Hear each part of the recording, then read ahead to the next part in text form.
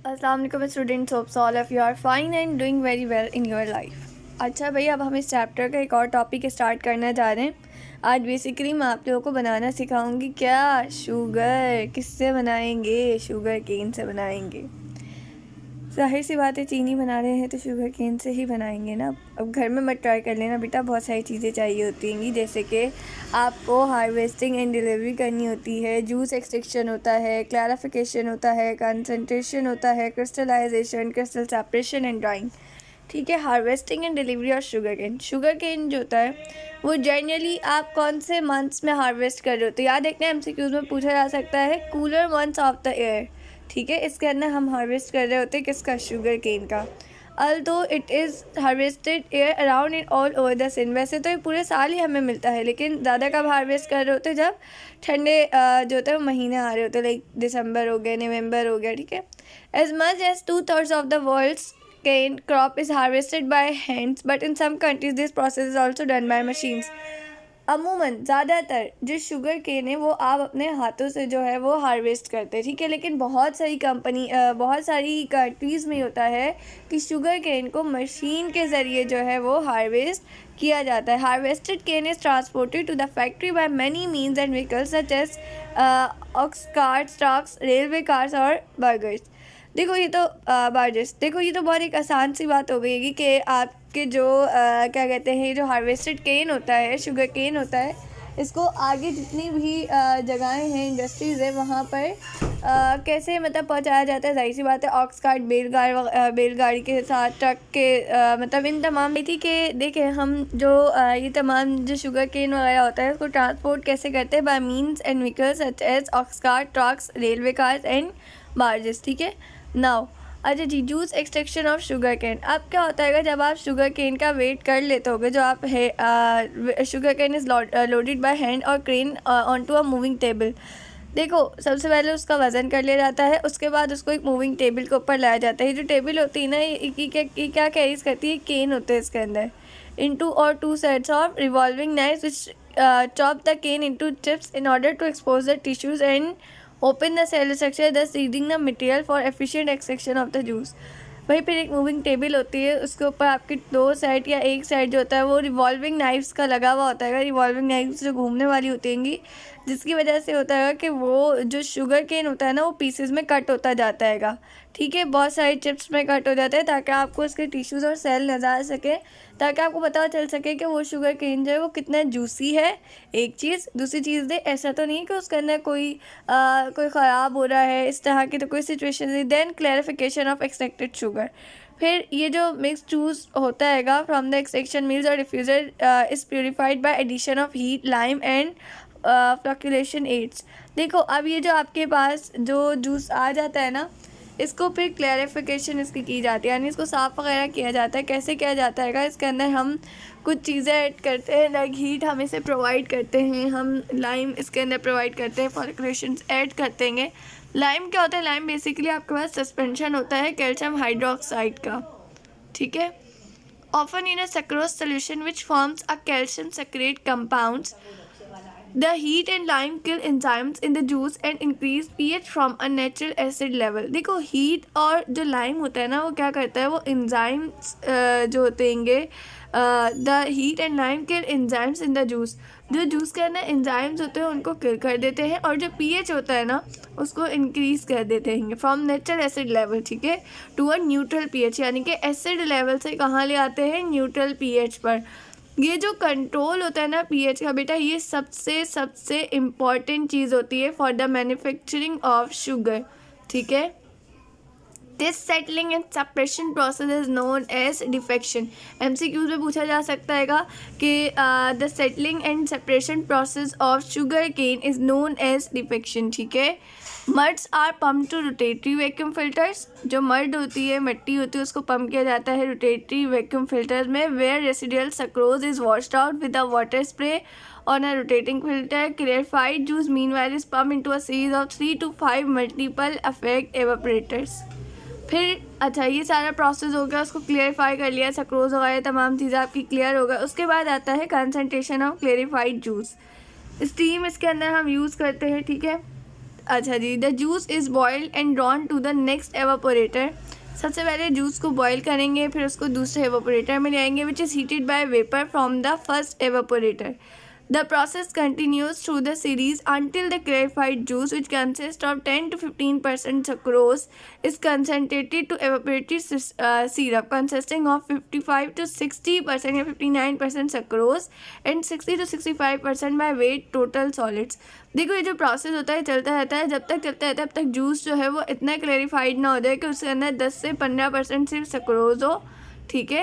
इसके अलावा 50 to 59% उसके अंदर क्या हो, उसके अंदर जब देखो पहले होगा 10 to 15%, फिर उसको और एवेपोरेट किया जाएगा, देन वो 50 to 59% हो जाएगा। देन उसके जो अगर बाकी जो सॉलिड वेट्स होंगे वो कितने होंगे, 60 to 65% होंगे, ठीक है।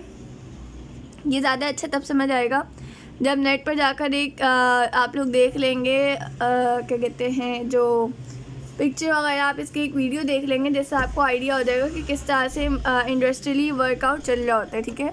फिर होता है क्रिस्टलाइजेशन ऑफ कंसनट्रेटेड जूस। अब ये जो कंसनट्रेटेड जूस है ना, जिसको हमने बहुत ज़्यादा कंसनट्रेट कर लिया है, इसकी की जाती है क्रिस्टलाइजेशन।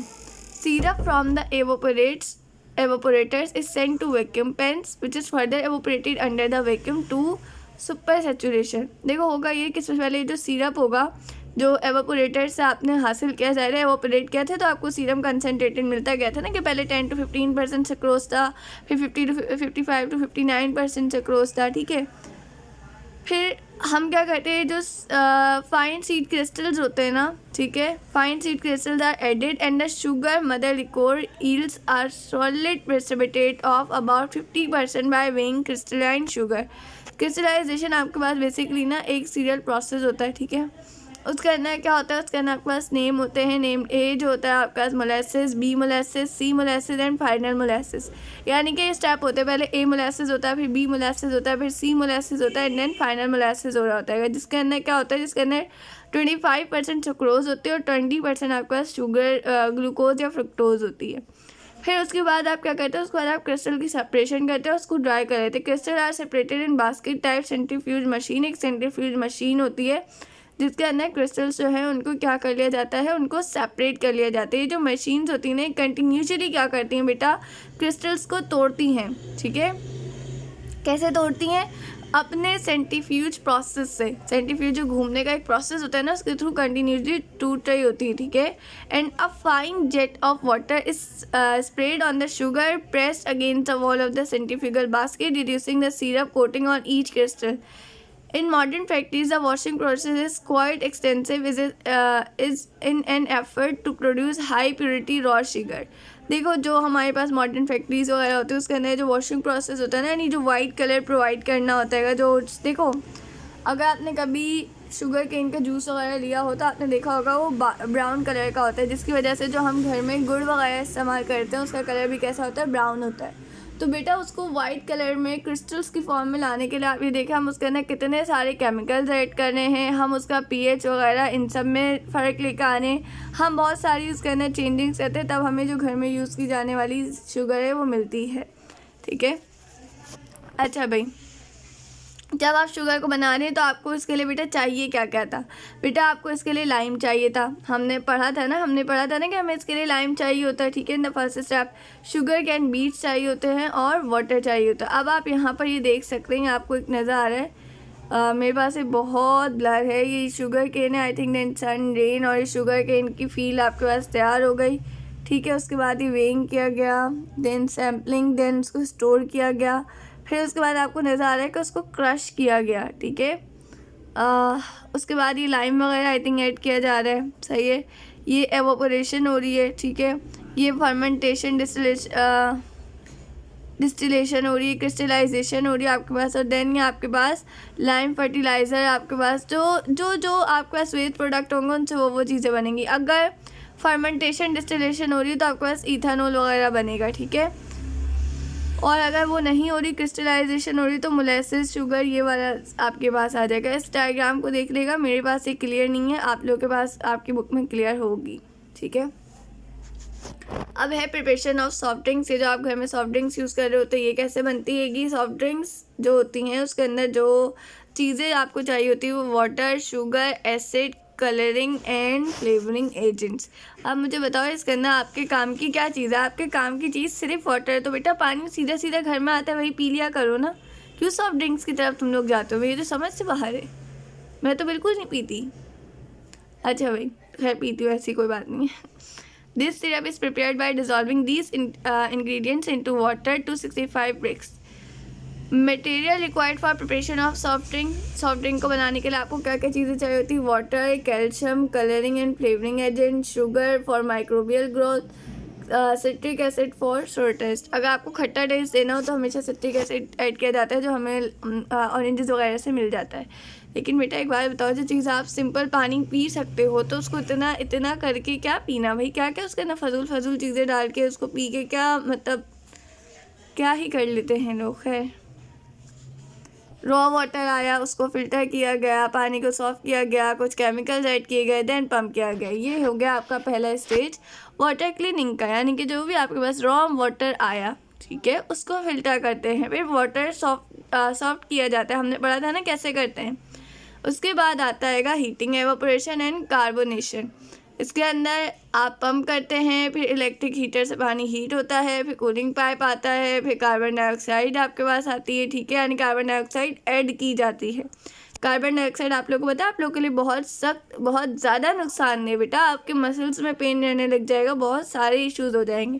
खैर, लेकिन आप लोगों को तो पीना है। फिर ये जो कार्बोनेटेड वाटर होता है ये आगे हमारे पास चला जाता है मिक्सिंग टैंक के अंदर। मिक्सिंग टैंक के अंदर ये रोटेट होता है, मिक्स होता है। आपको नज़र आ रहा है ना, रोटेटर लगा हुआ है, तो ये मिक्स होगा, फिर फिल्टर होगा, फिर इसको बॉटल्स में फिल किया जाएगा, ठीक है, और उसके बाद आप लोगों को दे दिया जाएगा। ज़रा मुझे बता दो इसके अंदर कौन सा अच्छा काम तुम लोग को नज़र आया? एक अच्छी चीज़, एक अच्छा मुझे दिखा दो।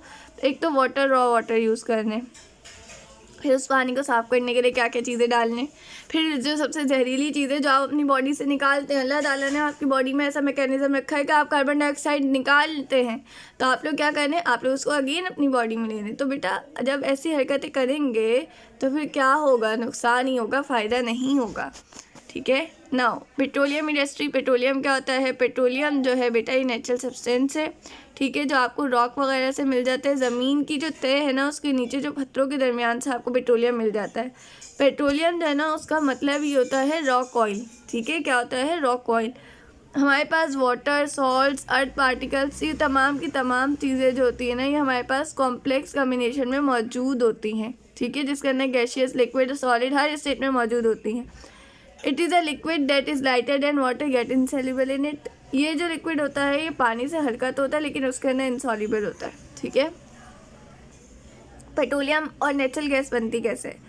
Oil and gas are made up of organic material that is deposit on the sea floor as sediments then break down and alter over a million of years. बेटा होता ये है कि कोई भी चीज़ है जब वो ऑर्गेनिक मटेरियल हो, लाइक ह्यूमन्स हैं, ये तमाम चीज़ें हैं, इंसान हैं, जानवर हैं, कचरा है, गंद है, ऑर्गेनिक मटेरियल्स है, सब्जियां है, दरख्त है, जो जो ख़राब चीज़ें हैं, जब ये ज़मीन के अंदर डिपॉज़िट हो जाती हैं, सी फ्लोर के अंदर डिपॉज़िट हो जाती हैं, तो फिर क्या होता है? फिर ये नीचे बैठ जाती है एज ए सेडिमेंट, और क्या होता है? ये टूटना शुरू होती हैं। ये बैक्टीरियाज कुछ होते हैं जो इनको तोड़ते हैं और इसको काफ़ी मिलियन ऑफ ईयर्स तक अल्टर करते रहते, बहुत सारी इसके अंदर चेंजिंग्स करते रहते हैं। ये जो प्रेजेंट होते हैं, the presence of an appropriate mix of source rock, reservoir rock, cap rock and a trap in a given location में lead to the discovery of viable oil and gas resources. बेटा देखो, वो जो आपके पास dead material था उसको bacteria इतना तोड़ते हैं कि उससे आपके पास क्या प्रोड्यूस हो जाता है? ऑयल वगैरह प्रोड्यूस हो जाता है, पेट्रोलियम प्रोड्यूस हो जाता है, ठीक है। जो मेजॉरिटी ऑफ ऑयल या गैस की रिसोर्सेज है ना, वो हमारे पास कहाँ है? वो हमारे पास नॉर्दर्न शेल्फ में है, ठीक है। जो हमारे पास क्या है? जो हमारे पास है are found by a thick layer of black clay that lies thousands of metre beneath the sea bed, ठीक है, जो काफ़ी टाइम पहले समंदर की तह में मौजूद है ना, उसी की वजह से अब हमारे पास जो है हमें पेट्रोलियम मिल रहा होता है। मतलब इतने सालों से जो ज़मीन के नीचे चीज़ें डिपॉजिट होती रही उसका फ़ायदा हमें हो रहा है, ठीक है। अच्छा भाई, the black clay is a source rock which indicates it form a deposit with a lot of organic waste. देखो, एक होती है ब्लैक क्ले, ठीक है, काले रंग की होती है, ठीक है, ब्लैक क्ले होती है। ये आपके पास सोर्स रॉक होता है। मैंने आपको बताया ना, आपके पास एक सोर्स रॉक होता है, एक रिजर्वायर रॉक होता है, एक कैप रॉक होता है और एक ट्रैप होता है। बताती हूँ सारी चीज़ें क्या होती हैं। ब्लैक क्ले जो है वो आपके पास सोर्स रॉक है, ठीक है। ये आपको क्या इंडिकेट करता है? आपको इंडिकेट करता है कि बहुत सारे ऑर्गेनिक वेस्ट जो हैं वो इसके अंदर डिपॉजिट हुए हुए हैं, ठीक है। उसके बाद अच्छा, बस इसी का आपकी उसमें डिस्कस है, खैर हम इसी को देख लेते हैं। Composition of petroleum. Petroleum is mostly made up of hydrogen and carbon. Petroleum जो है वो आपको पता है ज़्यादातर हाइड्रोजन और कार्बन से बना हुआ होता है, लेकिन इसके अंदर कुछ अमाउंट में ऑक्सीजन, नाइट्रोजन, सल्फर और मेटल जैसे कि वेनेडियम, कोबाल्ट, निकल, ये तमाम चीज़ें मौजूद होती हैं। अब हमारे पास अल्केन्स होते हैं जैसे पैराफिन्स, नेफ्थीन्स, एरोमेटिक्स, हीटो कंपाउंड्स, ये सारे के सारे हमारे पास ऑर्गेनिक सब्सटेंसेस हैं।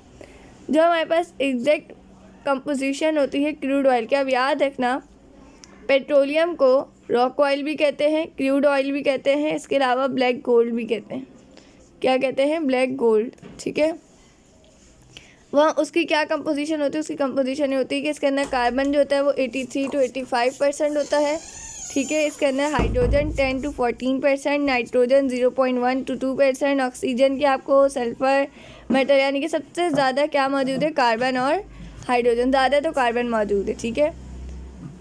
उसके बाद आ जाता है आपके पास फ्रैक्शनल डिस्टिलेशन। फ्रैक्शनल डिस्टिलेशन और पेट्रोलियम की क्या होती है? सबसे पहले ये समझ लो कि फ्रैक्शनल डिस्टिलेशन क्या होती है। फ्रैक्शनल डिस्टिलेशन आपके पास एक ऐसा प्रोसेस है जिसके अंदर जो लिक्विड मिक्सचर होता है ना, उसको हीट करके उसके अंदर से जो वेस्ट वगैरह होता है उसको निकाला जाता है। ये समझ लो कि हीट करके जो भी चीज़ें होती हैं उनको डिफरेंट बॉइलिंग पॉइंट्स के हिसाब से, हर किसी का अपना होगा ना बॉइलिंग पॉइंट, उसके हिसाब से अरेंज किया जाता है। जैसे फॉर एग्जांपल सबसे नीचे जो है वो ज़्यादा बॉइलिंग पॉइंट वाला आ गया कोई भी ऑर्गेनिक मटेरियल, फिर उससे ऊपर उससे कम वाला, फिर उससे कम, इस तरह से करके हमारे पास लेयर्स में अरेंज हो जाते हैं, ठीक है। तो फ्रैक्शनल डिस्टिलेशन ऑफ पेट्रोलियम क्या होती है? आप देख लो कि हमारे पास ये कब हो रहा होता है? जब हमारे पास ऑयल रिफाइनरीज होती हैं उसके अंदर मैसिव फ्रैक्शनिंग कॉलम्स मौजूद होते हैं, यानी कि जिसके अंदर जिसको आप ना सिंपली ये भी कह सकते हैं कि फ्रैक्शनेटिंग टावर्स जो हैं वो आपके पास मौजूद होते हैं, ठीक है। उसके अंदर ये जो क्रूड ऑयल होता है वो हम यूज़ करते हैं और फिर हम उसको क्या करवाते हैं? फिर हम उसकी फ्रैक्शनल डिस्टिलेशन करवाते हैं, ठीक है। इंडस्ट्रियल जो आपका फ्रैक्शनेटिंग कॉलम है ना उसके अंदर, फिर उसको ठंडा किया जाता है, ठीक है। और यानी कि वो ऊपर से जो है वो ठंडा होता है लेकिन नीचे से हम उसको हीट प्रोवाइड करते हैं, ठीक है। फिर हम उसको ना अलाउ कर देते हैं कि भाई ये ठंडा हो जाए, कंडेंस हो जाए और मतलब थिक हो जाए, ठीक है। उसके बाद जो है हमारे पास वो डिफरेंट जो लेयर्स में आ रहा होता है ना उसमें से फिर हम अपने अपने मतलब की जो जो चीज़ें हमें चाहिए होती हैं वो हम सेपरेट कर लेते हैं। जैसे क्योंकि इसके आपके बुक में ज़्यादा डिटेल नहीं है तो मैं आपको इतनी डिटेल में नहीं लेके जा रही, जो जितना है उसको उस हिसाब से देख लें और जो इम्पोर्टेंट है वो मैं साथ साथ बताती जा रही। रिफाइनरी गैस, ठीक है, इसके बॉइलिंग पॉइंट आपको गिवन है, कार्बन चेन लेंथ गिवन है और आपको बताया हुआ है कि इसके अंदर ये आपके पास जो है हाइड्रोकार्बन मौजूद होता है, उनके यूजेस। आपके लिए जो इम्पोर्टेंट है ना वो ये है कि मीथेन, इथेन, प्रोपेन, ब्यूटेन, ये किस में आ जाती है? ये आपके पास आ जाती है जो आपके पास रिफाइनरी गैस है उसमें आ जाती है। किसके लिए इस्तेमाल होती है? होम हीटिंग, घर में जो आप चूल्हा वगैरह जला रहे होते हैं उसके लिए, जो आग वगैरह आपके पास आ रही होती है कुकिंग के लिए, कैंपिंग फ्यूल के लिए। गैसोलीन, याद रखना पेट्रोल का दूसरा नाम गैसोलाइन या गैसोलीन भी होता है, ठीक है। ये ऑक्टेन होता है, ये भी याद रखना। और ये कार फ्यूल होता है, ठीक है, कार फ्यूल के तौर पर आप इसे यूज़ करते हैं। नेफ्ता, डेकेन होता है आपके पास, प्लास्टिक्स में यूज़ हो रहा होता है। क्रियोसिन या पैराफिन भी कहते हैं इसे, ये होता है डोडिकेन, ठीक है, ये जेट एयरक्राफ्ट फ्यूल में यूज़ होता है। डीजल आपके पास हेक्साडिकेन होता है, ये भी आपकी बस वगैरह इनके फ्यूल के लिए यूज़ होता है। फ्यूल ऑयल ये आपके पास आइकोसेन होता है, ठीक है, इसके अंदर 20 कार्बन मौजूद होता है, इंडस्ट्रियल हीटिंग सिस्टम में जो है वो यूज़ होता है। उसके बाद जो सॉलिड पार्टिकल ले जाते हैं जैसे विटामिन वगैरह, ये रोड की सरफेसिंग में यूज़ करते हैं, जो डामर वगैरह डल रहा होता है ना उसमें यूज़ होते हैं। तो अब ये याद रखना, MCQs में पूछा जा सकता है। गैसोलीन जो है उसका दूसरा नाम क्या होता है? पेट्रोल होता है। उसके अंदर क्या हाइड्रोकार्बन कौन से वाले मौजूद होते हैं? ऑक्टेन वाले मौजूद होते हैं। ऑक्टेन के पास कितने कार्बन होते हैं? 8। यहाँ लिखा हुआ है ना C8H18, तो इसको मतलब 8 कार्बन, जहाँ पे C10 है मतलब 10 कार्बन। और कहाँ यूज़ होता है? कार फ्यूल में। तो ये 4 पॉइंट्स ना आपको पता होने चाहिए कि अगर इसके ऊपर शॉर्ट क्वेश्चन आ जाए तो आपको पता हो। अच्छा भाई, अब हमारे पास इसके अंदर अगला टॉपिक जो है वो है फार्मास्यूटिकल। वो हम इंशाल्लाह अगले लेक्चर में कंप्लीट करेंगे और उसको आपका लेक्चर नंबर जो दूसरा या तीसरा होगा ये आपका फिर चैप्टर कंप्लीट हो जाएगा। ठीक है, तब तक आप अपना ख्याल रखिएगा, मुझे दुआ में याद रखिएगा। अल्लाह हाफिज़।